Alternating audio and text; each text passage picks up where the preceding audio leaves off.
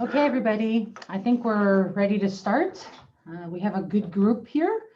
Um, Welcome again to our McGill pre-registration orientation event with the Faculty of Agricultural and Environmental Sciences, and that includes the School of Human Nutrition and the McGill School of Environment. My name is Mona Hashem. I am your faculty advisor.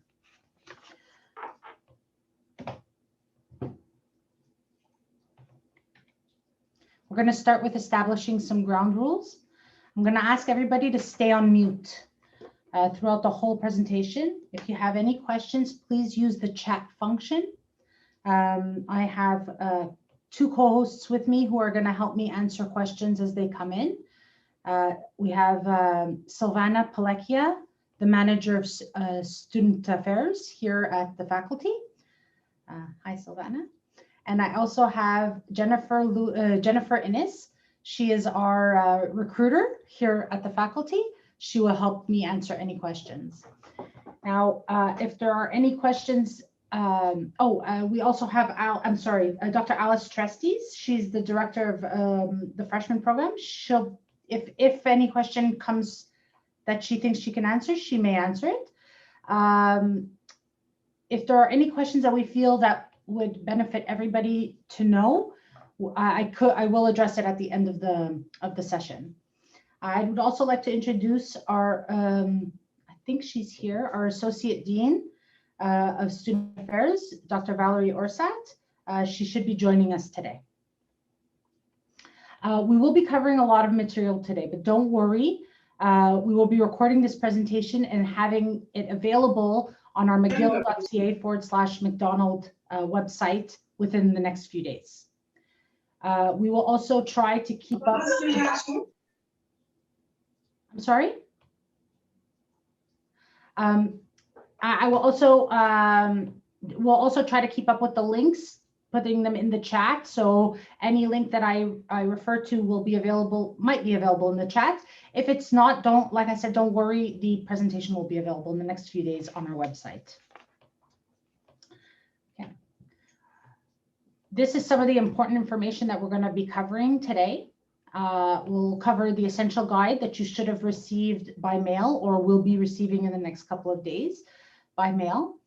We'll talk about how to send your official documents to McGill, who are your advisors and what we do, grades and academic standing, your transcript and how to read it, how to take some downtown courses, how to choose your major, how to choose a minor, honors, or specialization, how to study abroad or study outside of McGill, the difference between student affairs and student services, some mandatory tutorials that you'll need to take, how to see your tuition and fees and how to pay for them, how to be French at McGill.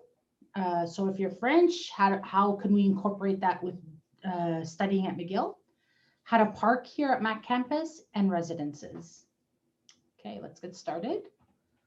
So we'll talk about the essential guide to begin with. This is the essential guide.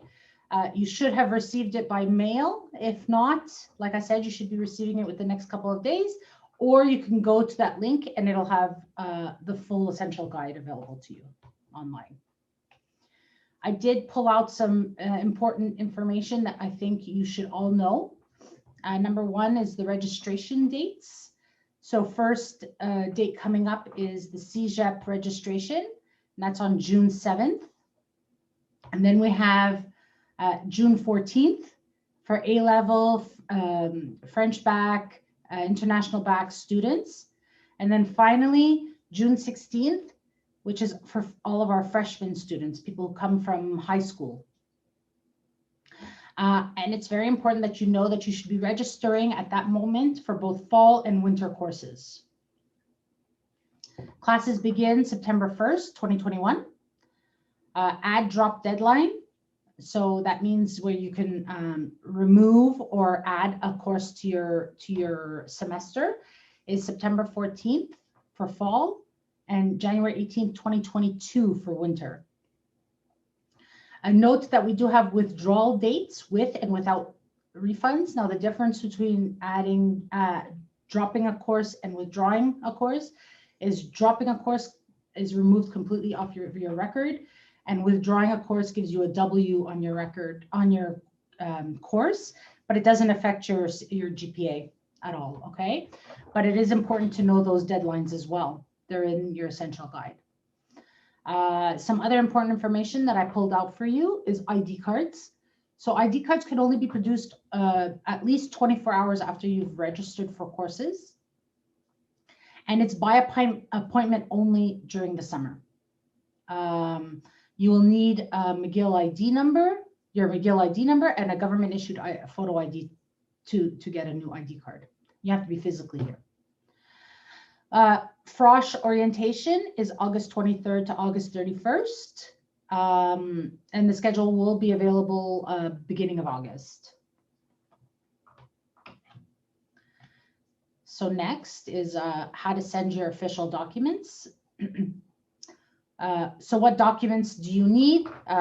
You would need to verify what kind of legal documents you would need. So study permit, CAQ, if you need those, do that now. You'll need to create a Quebec permanent code, and then if you need information or where to submit, so the submission link is there. It's right here. And then what and how to take care of your next steps is here. So another document you'll need is for admission purposes is your final marks, which means it's an official transcript that is sent directly to us from your institution, and it has your final marks on it. You also need to provide a confirmation of your graduation, and the transcripts that are in languages other than English or French must be accompanied by an English or French translation prepared by the school. If the school cannot provide a translation, you must send it to a translator, to a certified translator, and have them send it directly to us. And again, here's the link if you need any information. Excuse me. Failure to send us your documents will result in a registration block. So it's very important. Next, we'll talk about advisors. Who should you contact? So there's two types of advisors here at the faculty. You have your faculty advisor, which is me, and I take care of questions about rules and regulations, like general school rules and regulations or faculty rules and regulations, studying abroad, readmission, graduation, registration problems, academic standing, transfer credits, and the list can go on and on. But in general, I deal with general school faculty questions, okay? Then you have your academic advisors, and if you don't know who your academic advisor is, you can check on either on your transcript, or you can go to that link. And they will help you with things like course selection, course equivalencies and substitutions, planning your credit load, how to choose a major or a minor. So anything academic would go to your academic advisor. Anything general would come to me. We'll move on to grades and academic standing. So how to understand your academic standing. So number one, in order to be a full-time student, you need to do minimum of 12 credits, and you're considered a full-time student. I realize that international students must stay full-time, and so that means you need to have a minimum of 12 credits that have successfully been completed. So if you withdraw from a course, if you fail a course, you're not considered technically a full-time student. So in general, our normal course load would be 15 credits. Okay. You would need to stay above a 2.0 cumulative grade point average in order to be satisfactory. But it's also important to know that if you are in dietetics, you need a minimum of a 3.0 to be eligible to continue on to stages. So those are the two important GPAs that you have to keep in mind. It's also important to understand that the minimum grade required. So if a course is a complementary course or a required course, you need to get a C or better. And for us, that means a grade of 55 or more. If you are taking the course as an elective course, then a D grade is satisfactory in that case. Note, when we're talking about transfer credits, even if it's an elective course, you need to have a C or better. Okay, we'll talk about that a little bit later. Again, if you have any questions, please go ahead in the comments. In the chat, you could go ahead and ask your questions. I have 2 or 3 people answering questions as we go along. Anything I feel that might be beneficial for everybody to know, I'll bring that up at the end. Okay. So we'll go on to understanding your transcript, what it looks like. So this is a typical transcript. It tells you how many credits you need to complete your degree. It'll tell you where this first box here explains all your transfer credits that you've received now, either from advanced placement, from CEGEP, from French bac, international bac, you'll find it there. Then you'll see, pardon me, go back. Then you will see right here the course numbers and the course names of the courses you are taking, how much they are worth, and what grade you received. You'll also see what, how many credits you received, and it should equal the same if you've passed the course. If you haven't passed the course, it should say 0. And then here's all the average grades for the course. Here you'll see what your term GPA was and your cumulative GPA. Here you'll see how many credits you have successfully completed and how many credits came from advanced standing or transfer credits, okay? And then what your standing looks like. So if you're in a fall term, it will always be an interim standing. When you're in the winter term, your standing will be final, and you won't see interim satisfactory. You'll see either satisfactory, unsatisfactory, probationary, things like that. Going back to our CGPA that we said, to stay in satisfactory standing, you need a minimum of 2.0. So if you get below a cumulative GPA of below 2.0, you're going to see a change in your standing to either probationary or unsatisfactory, and you will receive a letter from us explaining the difference, okay? Next, we're going to move on to courses and how, so back to this screen, you see here the course numbers, and we're going to see how to read them. So course levels go from, they're numbered at 100, 200, 300, and 400 level courses, and that's intended for only undergraduate students. Courses at the, and then in most programs, courses at the 300 and 400 levels are taken in the last 2 years of their degree.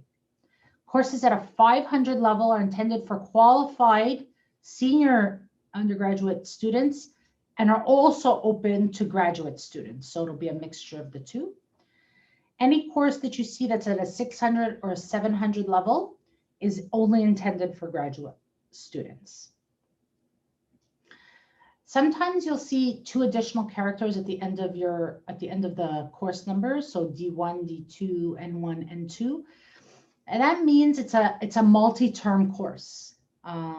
Something you'll have to register in 2 terms in order to complete the course. So how do we read the course number? So NUTR, just to give you an example, NUTR 207, it means it's a nutrition course, NUTR meaning nutrition, and 207 meaning it's a 200 level course, which would typically mean you're either in your first or sometimes in your second year. That's after freshman. Sorry, freshman would be 100 level and some 200 level, and then And then your U1, U2 year would be in the 200s and sometimes 300 level courses. It's important to understand what prerequisite and co-requisite means. So prerequisite means it's a course you have taken before taking this particular course. Now, it could also mean that you've registered for it in the fall, the prerequisite course, and then the actual course you're taking it in the winter, under the assumption that you pass that prerequisite course. And if you do not successfully complete the course, it's your responsibility to remove yourself from the actual course. And a co-requisite means is you're taking it at the same time. You could take it at the same time. The difference between a required, a complementary, and elective course. It's important to understand the difference. Now, a required course is a set of courses that you have to take. Typically, there are no substitutions. It's a set of courses that must be taken to complete your degree. A complementary course is a list of courses that you could choose 3 or 6 or 9 credits from. I mean, you could choose the ones you would prefer. An elective course is a course that you could take anywhere in the university. It's actually meant for you to test out new new subject matter that you feel is important. And like I had mentioned in a previous slide, we give a little bit of leniency where a D grade is considered a passable grade in an elective course. And let's move on to satisfactory, unsatisfactory. It's a good move for the elective course. So taking out of account the latest academic measures that we've allowed for the last couple of terms, the SU option is only available for elective courses. I don't know how it's going to look in the next term or two, but for now, it's only available for elective courses, and it is not available for any courses in your freshman program. So SU means you don't get an actual grade. So A through C would give you an S grade or satisfactory, and D and below, D or F, will give you an unsatisfactory grade. And it will, either way, an S or U will not affect your grade point average. I'm hoping everything is clear so far. I see some questions are popping up in the chat, and we'll see if we have anything at the end to maybe discuss. We'll move on to downtown courses. This is a very popular topic when we're in person. I know a lot of students want to take courses in our downtown campus. So what you should consider before taking any courses at the main campus. Now, if you're in your freshman year, you're only allowed a maximum of 8 credits.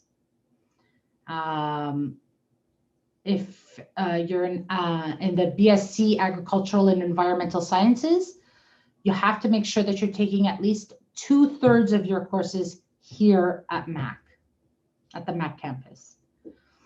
There is a shuttle bus, something to consider, travel time.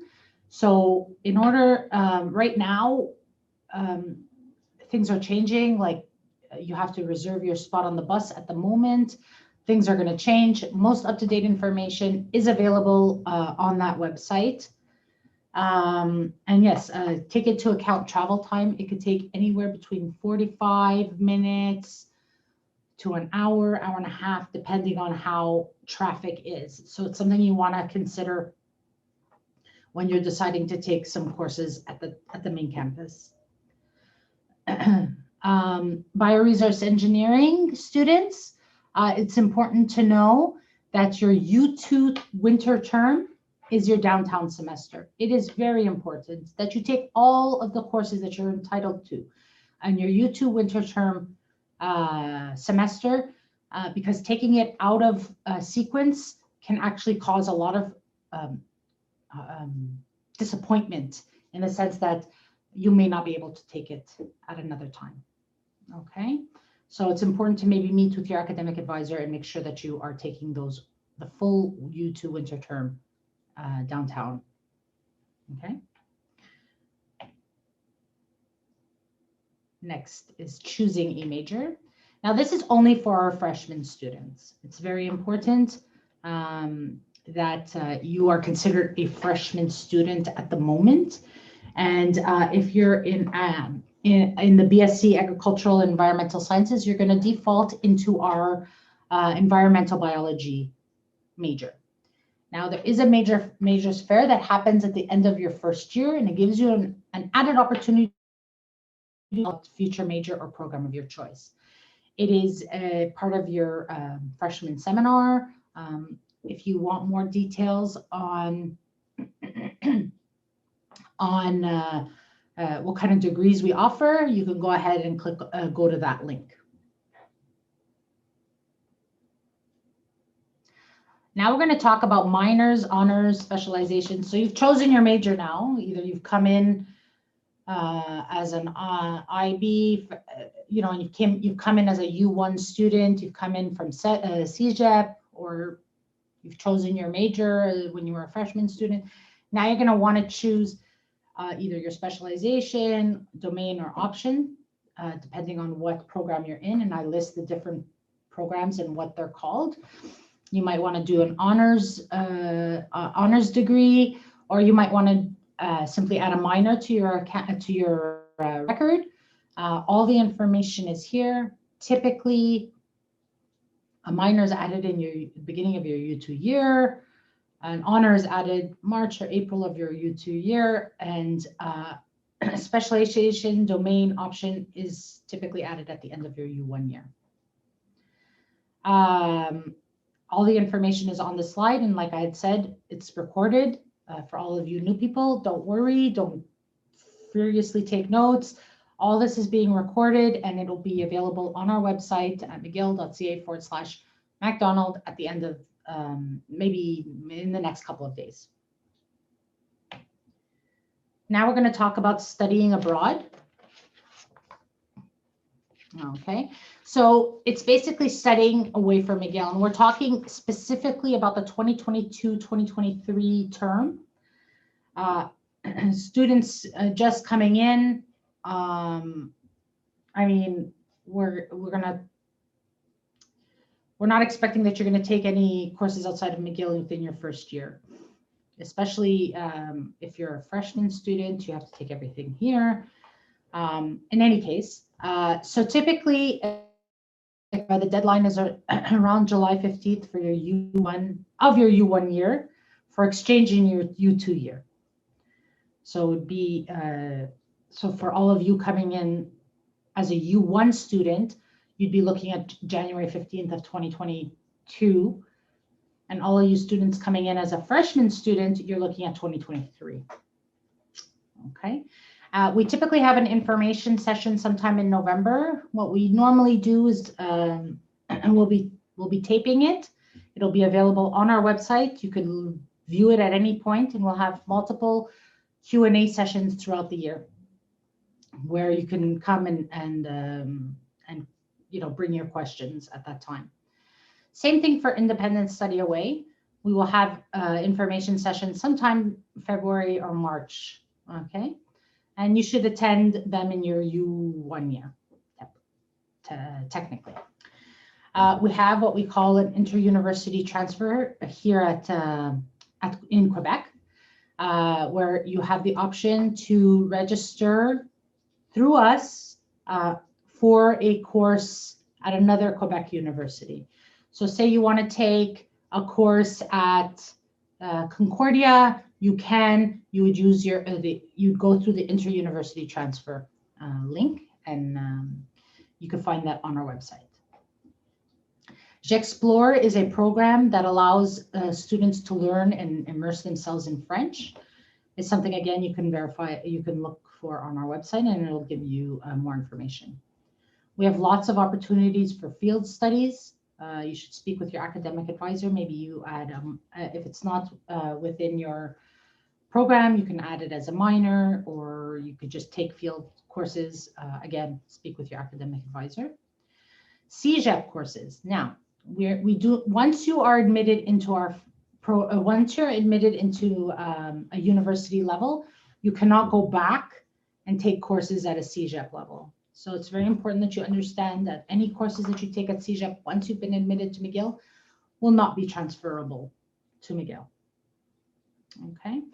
And then there's also the option to do internships. We have an internship office here. It's called the Beeler internship office. You could always find that on our website.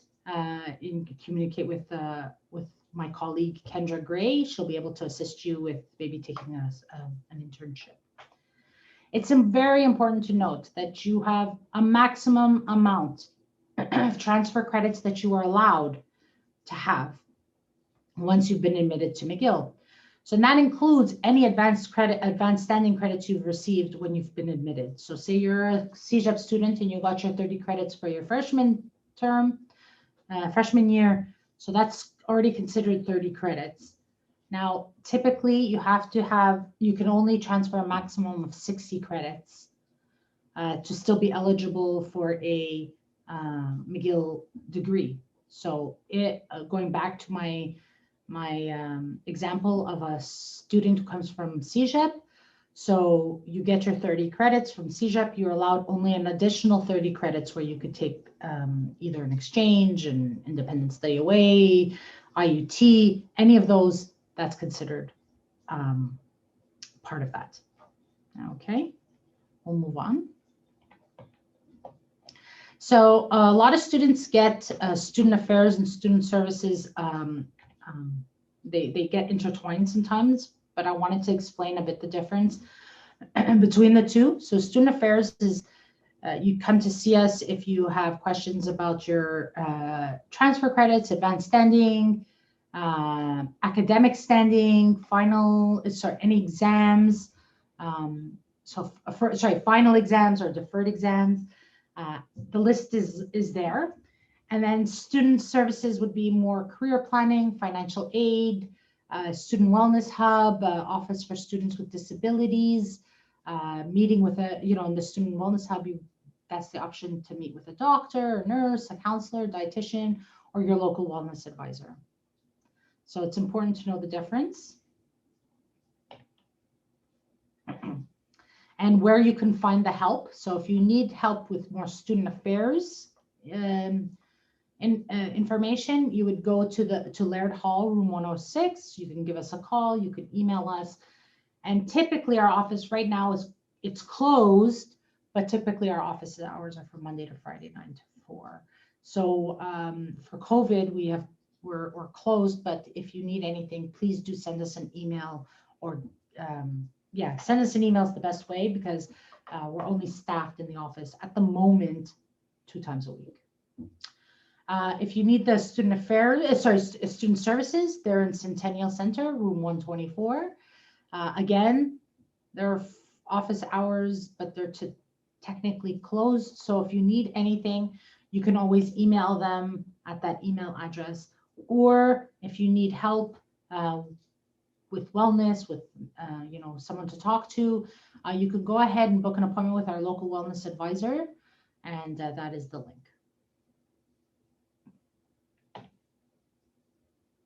We're gonna speed it up a little bit. We have a mandatory online non-academic tutorials, and then there's 2 of them that you need to do. One is the academic integrity, and that is found on Minerva under your student menu. It must be completed by the end of your first term.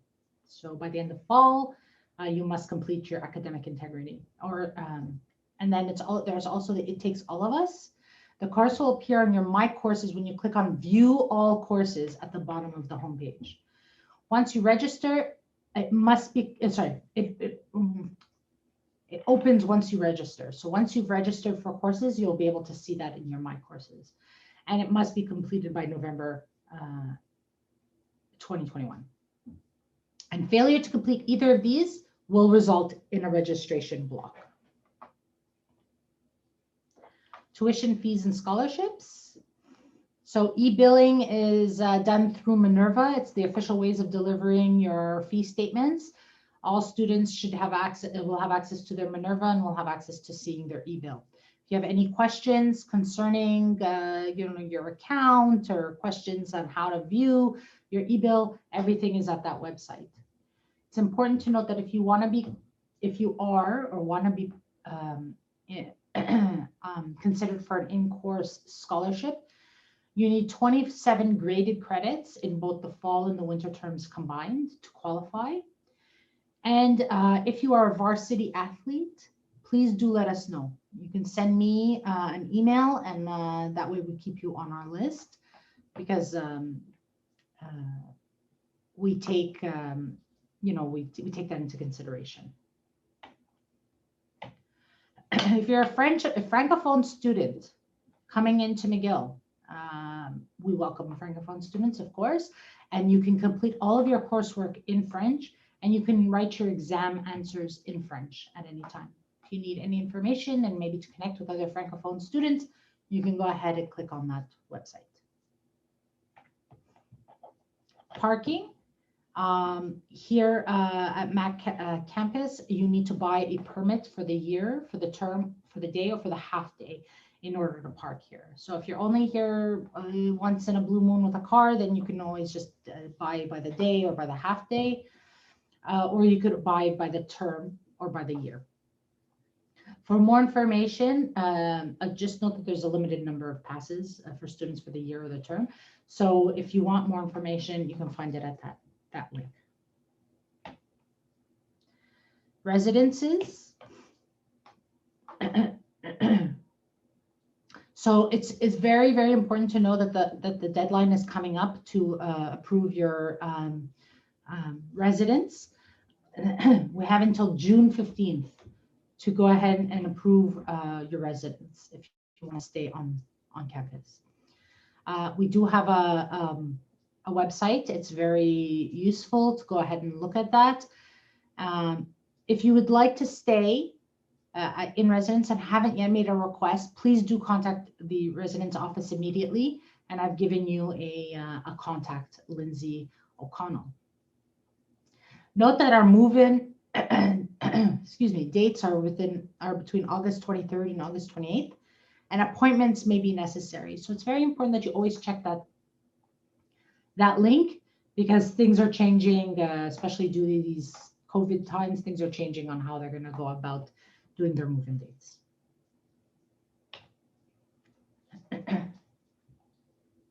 Okay, I've given you, if you have any additional questions after all of this, we will be available after you've gone to your breakout rooms. We're still going to be around, so you can come back and ask your questions there.